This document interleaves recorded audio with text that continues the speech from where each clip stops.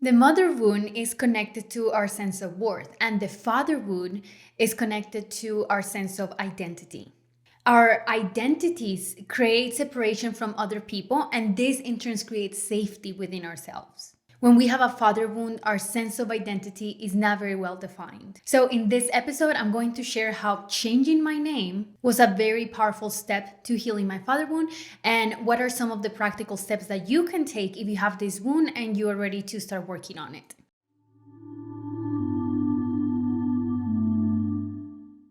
My name is Silvana. I am a course creator and the founder of the Venusian Academy, a space for the exploration of the divine feminine arts and Shakti Tantra.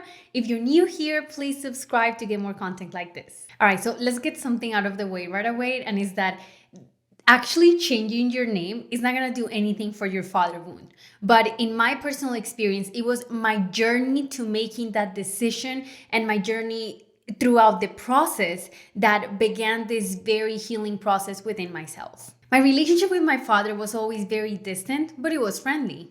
I never felt like I was carrying any resentment towards him or anything like that. But the truth of the matter was that I simply did not have a strong paternal figure in my life growing up. After some family drama and just some very deep insights that I was able to find within myself, I decided to change my last name, to remove my father's last name.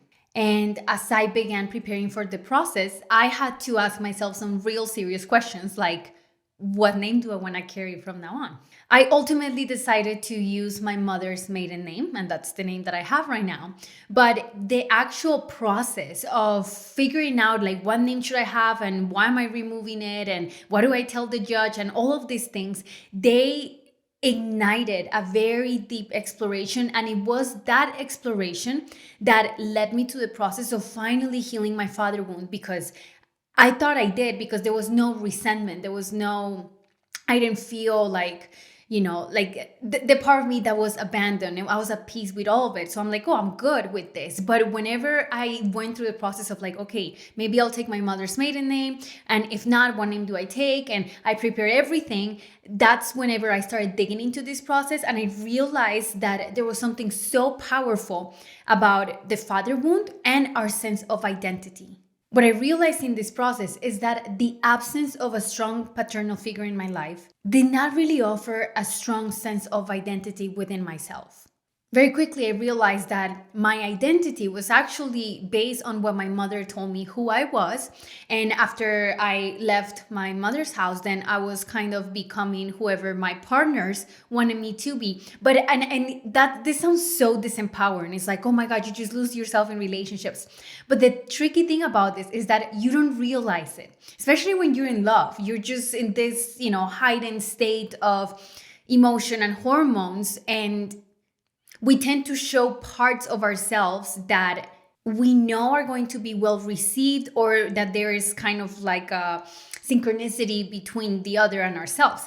This isn't a manipulative, dark thing. This is just what happens whenever we are interacting with people. We're not showing our full spectrum because we only have limited time. It's like in this moment, I can just show you one side of myself, and maybe the next moment, another side. So the complexity of a human cannot be put into like, I don't know, like a month, 2 months of like meeting somebody. This is a lifelong journey. And we oftentimes spend like our entire life, not oftentimes, most people that are on a self-discovery journey, we spend our entire life getting to know ourselves. So of course, naturally, right, we're only showing certain parts.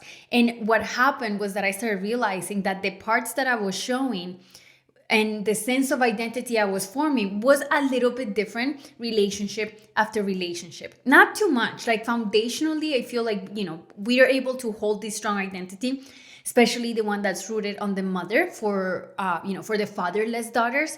But there were some nuances and changes from partner to partner. So that was enough evidence for me to realize that I was not completely holding my identity, and the identity that I was given by my mother was actually an identity that I didn't fully resonated with anymore. And after that wasn't in full resonance with me, and I didn't want to just reflect back my partner's energies, I realized that there was a lack of like primary identity. And whenever I went back in my process and did shadow work about that, I realized that it was because there was not a set sense of identity due to the lack of a strong paternal figure in my life. The father provides the psychological foundation of protection. Psychologically, this looks like boundaries, separations from others, and a sense of self, a sense of identity. The father also provides the structure, but the root of this structure is an identity, because the identity is kind of the center of the circle and the structure is the actual circle around it. But if the center of the circle is not stable, the lines get very wobbly and cross. And every time we build a new identity without this like primary rooted sense of self, we can unconsciously violate our own boundaries and just not be able to differentiate what's me versus what's the other. And whenever this sense of self is absent, we become hyper dependent on our environment, meaning that our identity becomes a reflection of the environment that we are in currently at the moment. So as you move from environment to environment, there is going to be a change.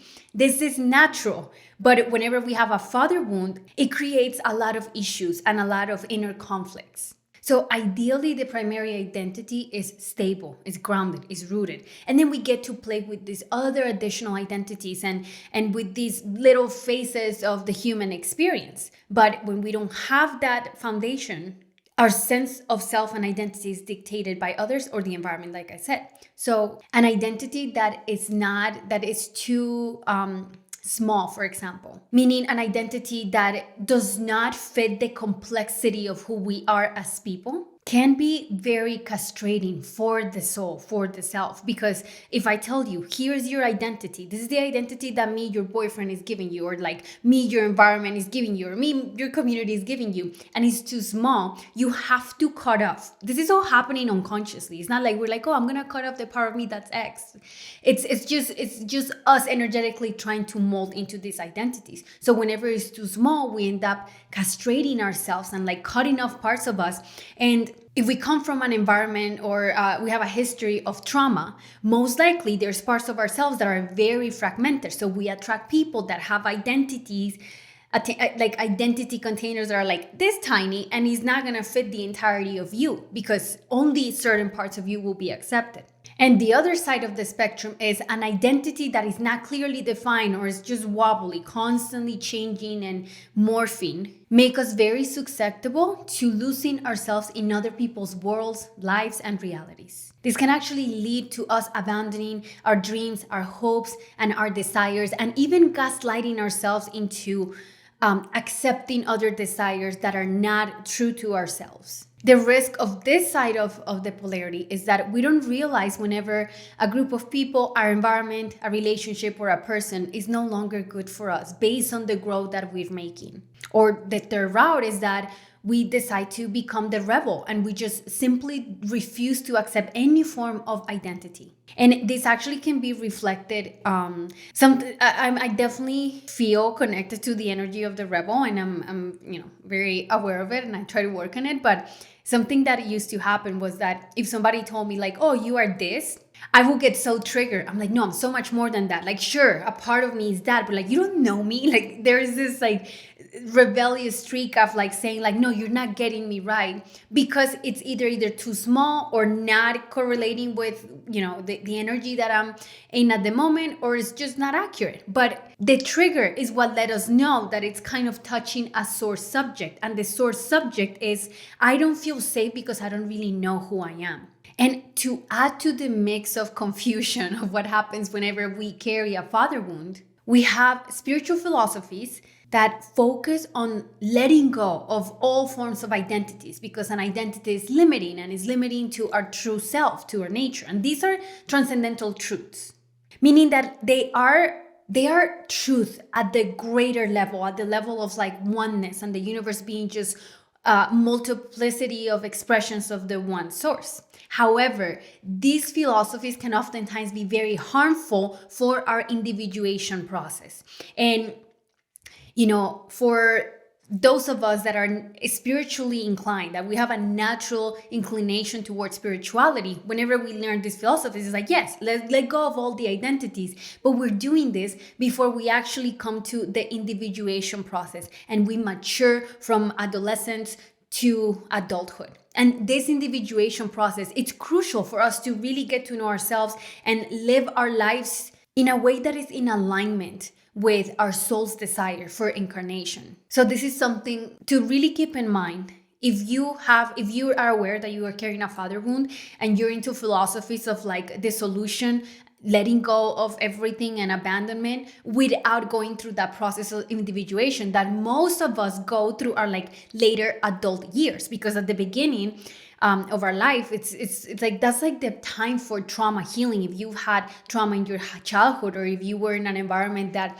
didn't nurture your growth, like you have to first decondition, deprogram, heal, go through this breaking down process of everything that's not real, and then you begin your individuation journey to understand who is it that you are, what is like, to discover the essence of your soul. And then we enter into the phase of life where there's the dissolution, the letting go of the self, because we're preparing for death. Of course, this is like, this is if you have a linear life that it starts, life does her own thing. So I'm not trying to like put you in a box. I'm just using like a normal life as an example of that. But the maturation process and the psychological process is important to keep in mind. Another manifestation of this wound could be the rigid identity that actually does not reflect who we are. And this happens whenever we were given an identity, or we're copying an identity of our caretaker in our childhood, and we think that's what we are. And the lack of flexibility in changing and transforming actually makes us feel trapped into a persona that does not reflect our values at all. The goal of life for me is to really get to know ourselves, to explore who is this person that I am incarnated as. What are their dreams and hopes? How are they going to express themselves? Life for me becomes a journey of witnessing. And this involves an exploration of our sense of self, an exploration of our identity, primary identity, and the multiplicity of identities that we're going to carry throughout our life. Ultimately, all of this understanding and exploration becomes material for us to understand our deeper nature. And the truth is that we cannot dive into our deeper nature and the depth of our souls without having a clearly identified sense of self. Because how are you going to let go of an identity that you're not even embodying yet? Also, safety comes first. Safety in life, safety in spirituality, safety in all of our explorations. And an identity provides a sense of safety for our inner child, for the soul, for our emotional nature. And this is a missing ingredient that we don't necessarily get whenever we have absent father figures in our life. This doesn't mean that your father actually left you. You could have lived with the man, but if he was emotionally absent and distracted in his own reality and just kind of like a extra character in your life that showed up once in a while, or was just the person paying the bills, but there was not that psychological safety established and that sense of identity and self, then you're carrying a father wound as well. Or if your father was sick and wasn't able to be present with you, there's so many expressions. At the core, it's like, what's the feeling of it? Did I feel like my father taught me who I was at an early age? And it's not by the father telling you, you are this thing. It's a sensation. It's knowing I'm me, and this is daddy, and this is mommy. And that exploration for a child is what sets the foundation for this primary sense of identity. So we begin a deep exploratory journey into spirituality and into understanding our deeper nature without this sense of identity. We actually run the risk of getting lost in the ungroundedness and all of the flowy energy that comes with spirituality, because we don't really have a place to always come back to return to the body, to the self, to our sense of identity. And if there's no place to come back, it's very easy to get lost. We have to look at our minds like this thing that is constantly creating little realities as it's navigating life. So if I don't have something to come back to, I think I'm coming back to myself, but I'm always changing the pole. And at the end of the day, you end up in another city. Silly example, but it works. So, did changing my name actually heal my father wound? No, no way. But I realized the importance of establishing a very grounded identity, and I saw and I was able to witness in my life all of the negative effects of not having a sense of identity, and was able to connect it to that father wound. So, what do you do after the big aha and the realization? Well, I decided to play with the identity of an orphan. And it doesn't sound very empowering. I'm not like, I'm a queen. It's very, it's like the orphan, the abandoned, because that's how I felt. I realized I was like, oh my God, I have a mother wound and a father wound. So if I am an orphan, then what does the orphan do? That gave me like a rock bottom basis to really begin questioning things for and building myself from this place. And whenever I admitted and I like claimed and owned this identity of the orphan, I began asking myself, who would I want to be? And what is one identity that provides enough safety and enough spaciousness for me to continue exploring myself? In my case, I decided to choose the identity of a woman because that felt like it provided a sense of safety for me. And it was also spacious enough where it gave me lots of room for exploration and also to feed that identity with things that I wanted to become, the things that for me belong to the identity of being a woman. And a crucial question of this process is, what is a woman and how do I become more of it? Now, all of these questions and this process is being done with the understanding that an identity is, in fact, a limitation on our true selves. But it is a very necessary limitation to navigate life in this three-dimensional reality. Eventually, this identity of woman has to be let go of. Eventually, we will die. But in the meantime, grounding into an expansive identity offers safety, containment, and a sense of belonging and being part of something. And these are very important things to really navigate life and also to begin that individuation process that we all at some point have to go through. My invitation for you in this episode is to ask yourself whether the identities you're carrying are a genuine direct reflection of who you are, or if they are the byproduct of programming. Ask yourself, are the identities I carry expansive enough? Do they offer enough room for exploration, or are they limiting me? These questions, at the very least, will help you identify where you're at, will help you get a sense of what are the primary identities that you carry. Maybe make a list, like, if you have an identity of being an American and a woman, and like make a list of all those things and question which ones are genuine representation of like who I feel as a human being and which ones were given to me by my family or by cultural programs. These questions can actually begin unfolding the healing process of actually healing the father wound. And if you're realizing that you're actually carrying a father wound and you don't even know where to begin or where to start, then I recommend you check out my program, Venusian Woman. We dedicate 1 out of 3 pillars exclusively at healing the father wound and establishing a sense of identity. It's actually the second pillar, and that's the preparation for the third pillar, which is all about like the Venusian energy of feminine energy, learning to receive, openness, abundance, spaciousness. But that pillar specifically, it's exclusive to the father wound, the sense of identity and the sense of safety, because you cannot do much work if you don't have that established, if you don't have that foundation to start from. So if you're interested in signing up to Venusian Woman, make sure you check out the description box below or the show notes, and there will be a link in there to sign up. Otherwise, if you like this episode, then please like it. That really helps other people find this content as well. And I'll see you guys next time.